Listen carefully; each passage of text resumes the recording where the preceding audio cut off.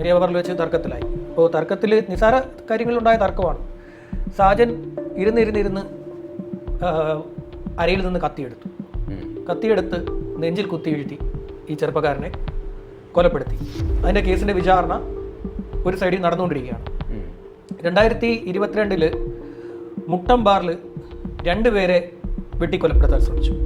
അതും കഴിഞ്ഞ് ഈ മുട്ടം ബാറിന് അരികിൽ തന്നെ ഒരു ദിവസം കാറ് നിർത്തി, 2022 ഫെബ്രുവരി മാസത്തിൽ കാറ് നിർത്തി പിന്നെ റോഡ് ബ്ലോക്കായപ്പോൾ ആളുകൾ, വഴിയാത്രക്കാരായിട്ടുള്ള ആളുകൾ ഇതിനെ ചോദ്യം ചെയ്തു.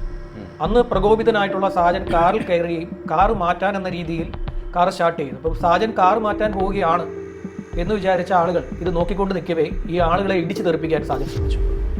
ഇടിച്ച് തെറിപ്പിക്കാൻ ശ്രമിച്ചപ്പോൾ ഈ ആളുകൾ ഓടിമാറി, അവിടെ കൂടിയിരുന്ന വഴിയാത്രക്കാർ ഓടിമാറിയപ്പോൾ സാജൻ വീണ്ടും റിവേഴ്സ് എടുത്ത് വന്ന് വാഹനം വീണ്ടും പഴയതുപോലെ റോഡിലിട്ട് കാറിൻ്റെ ബാക്കിൽ നിന്നും തോക്കെടുത്ത് ആളുകൾക്ക് നേരെ ഫയർ ചെയ്തു.